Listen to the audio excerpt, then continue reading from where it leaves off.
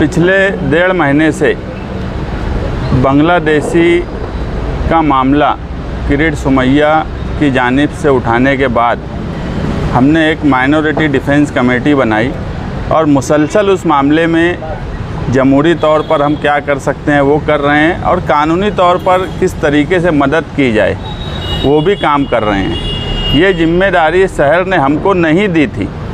उसके बाद भी हमें यह एहसास हुआ कि एक संगीन मसला है जिसमें आम शहरियान परेशान होंगे और कहीं ना कहीं दबाव बनाकर सरकार के ऊपर जो किया जा रहा है उसके असरात आप सब लोगों के सामने हैं और माइनॉरिटी डिफेंस कमेटी क्या कर रही है ये भी आपके सामने है। जिनको जिम्मेदारी दी गई थी हमारे शहर के एमएलए मुफ्ती मोहम्मद इस्माइल कासमी साहब, वो अपनी जिम्मेदारी से भागते रहे और अभी भी भाग ही रहे हैं। चुनकर आने के बाद उन्होंने कहा था कि एमएलए का पावर क्या होता है अब मैं बताऊंगा, मगर शहरियान देख रहे हैं कि एमएलए का पावर कमीशन लेने में, ठेकेदारी करने में, तोड़ीबाजी करने में, सिर्फ इसी मामले में एमएलए का पावर वो बता रहे हैं। जब लोगों की ज़रूरत, लोगों पर जुल्म और नाइंसाफ़ी हो रही है तो उसमें कुछ बोलने के बजाय, उस मामले में उसका हल निकालने के बजाय और ये बोला जा रहा है कि इससे ज़्यादा मुसीबत आने वाली है, तो एमएलए का पावर कहाँ गया? अगर ये एमएलए है, शहर ने इनको नुमाइंदा बनाया है, तो ये अपनी नुमाइंदगी क्यों नहीं निभा रहे हैं? आज पुलिस डिपार्टमेंट, मैं साफ बोलता हूँ, पुलिस डिपार्टमेंट छावनी पुलिस स्टेशन में जिन लोगों को बुला रही है उनके ऊपर जुल्म कर रही है। 10-10 घंटा औरतों से पूछताछ की जा रही है जिसकी वजह से उनकी तबीयत बिगड़ जा रही है।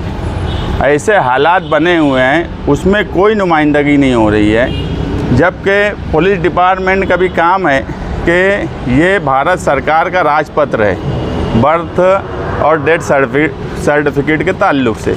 इसमें क्लियर लिखा हुआ है 11 नंबर पर कि अगर कोई भी गलती होती है तो क्रिमिनल प्रोसेस जो है वो अथॉरिटी, अगर वो तहसील के पास है या मजिस्ट्रेट के पास है या कलेक्टर के पास है, तो उनके ऊपर कार्रवाई होंगी। कहीं पर भी इस राजपत्र में ये नहीं लिखा है कि अरीज़ादार के ऊपर कार्रवाई होंगी, मगर उसके बाद भी अरीज़ेदार के ऊपर कार्रवाई प्रेशर में की जा रही है।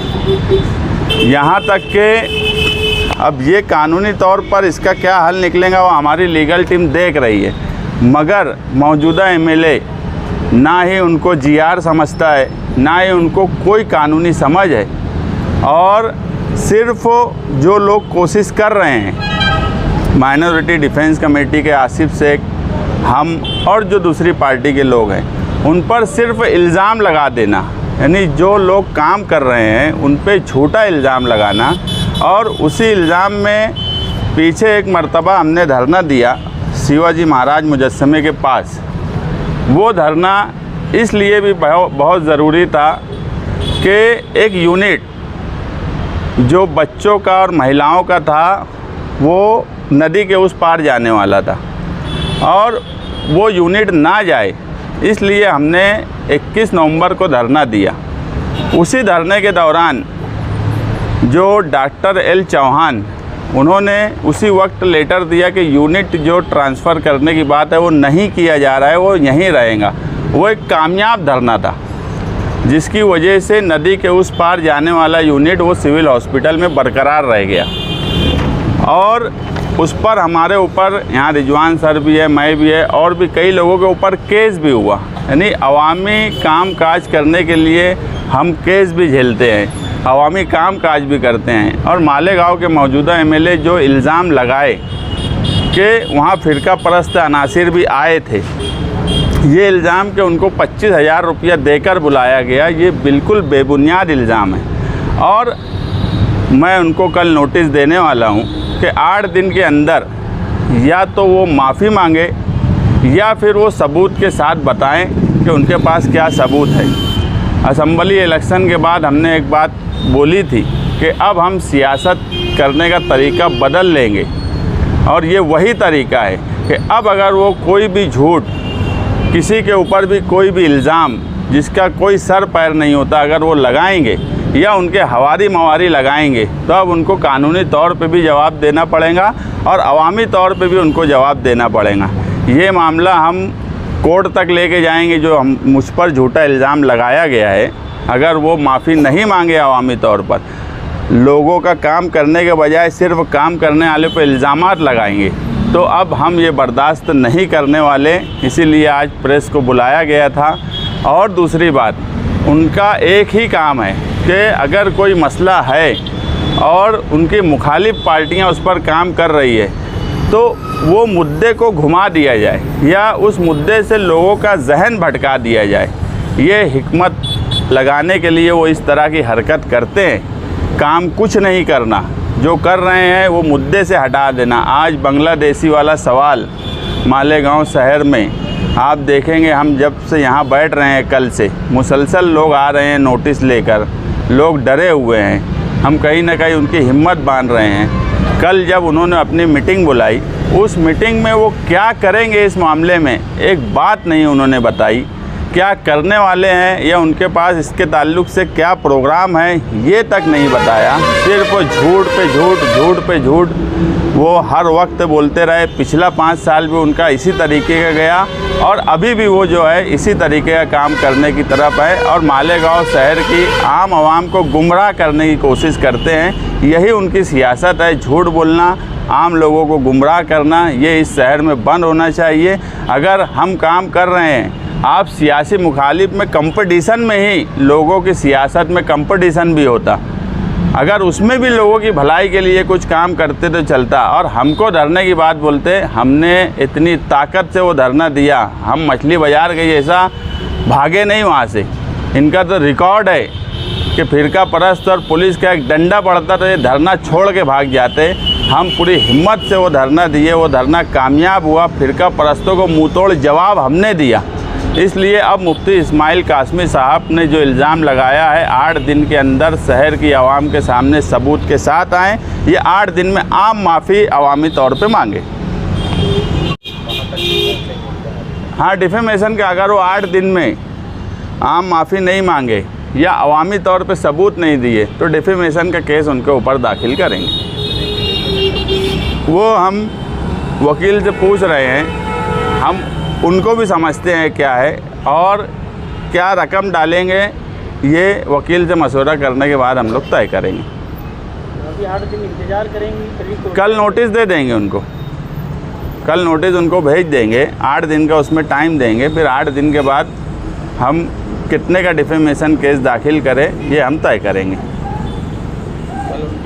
तो मैं जो बोला कि कानूनी कोई समझ नहीं है, लोगों की खिदमत करना सियासत में ये उनको आता ही नहीं है और वो करना भी नहीं चाहते। उनको एक बात ये समझती है कि जो सियासी जिम्मेदारी उनको दी गई है उससे हटकर आप लोग देखेंगे तो मुसलसल मजहबी कामकाज को मीडिया में बताना और शहर में ऐसा माहौल बनाना कि यही अकेले आलिम हैं जो मालेगांव शहर में मजहबी काम करते, जबकि मालेगांव शहर में सैकड़ों आलिम हैं जो मजहबी काम करते हैं। बड़े बड़े मदरसे चल रहे हैं, मगर उनका आप यूट्यूब पे और वहाँ नहीं कहीं देखेंगे। इनका मस्जिद का भी सिर्फ मजहबी कारकर्दगी बताकर ये कहीं ना कहीं मालेगांव शहर के उल्मा जो दूसरे काम काज करते हैं उनको भी नीचा दिखाने की कोशिश करते हैं। सियासी कारकर्दगी ज़ीरो है इनकी। मैं जो बोला कि चुन के आने के बाद जब एमएलए का पावर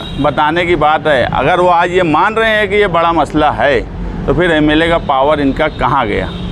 एमएलए का पावर क्यों नहीं बताते? लोगों से 10-10 घंटा पूछताछ हो रही है, उनकी कौन सी ये मदद किए? कोई मदद किसी की नहीं करते। सिर्फ इनका एक ही काम है मजहबी कारकर्दगी बताकर सियासी वोट लेना। सियासी कारकर्दगी बताकर इनको, मैं मानता हूं कि अगर सियासी कारकर्दगी की बात आएंगी तो मालेगांव शहर के लोग इनको कभी वोट नहीं देंगे। और मालेगांव शहर के लोगों को भी सोचना चाहिए कि एक एमएलए एक नुमाइंदा क्यों चुना जाता, वो शहर या आवाम के लिए क्या करना चाहिए। लोगों को ये समझने की ज़रूरत है कि सियासी तौर पर तुम्हारा काम क्या वो करेंगे, असम्बली से लेके उनका क्या पावर है, ये अब आवाम को भी समझने की ज़रूरत है। थे जो हाजिर उसको लेके आप लोगों का एतमाद, मैं जो बोला कि पिछला 5 साल जो था, लोगों का एतमाद ये 2.5-3 महीने में ही उनके ऊपर से ख़त्म हो रहा है। ये कल की मीटिंग की वीडियो से भी ये बात जाहिर हो गई। शिवाजी महाराज के पुतले के पास जो धरना रखा गया, उसका मकसद ये था कि जो सिविल हॉस्पिटल में औरतों का ज़चकी वार्ड है, उसको हटाकर नदी के उस पार लेकर जाया जा रहा था, जिससे मालेगांव शहर की जो मशरकी आबादी है बड़ी पैमाने पे वो मज़दूर है।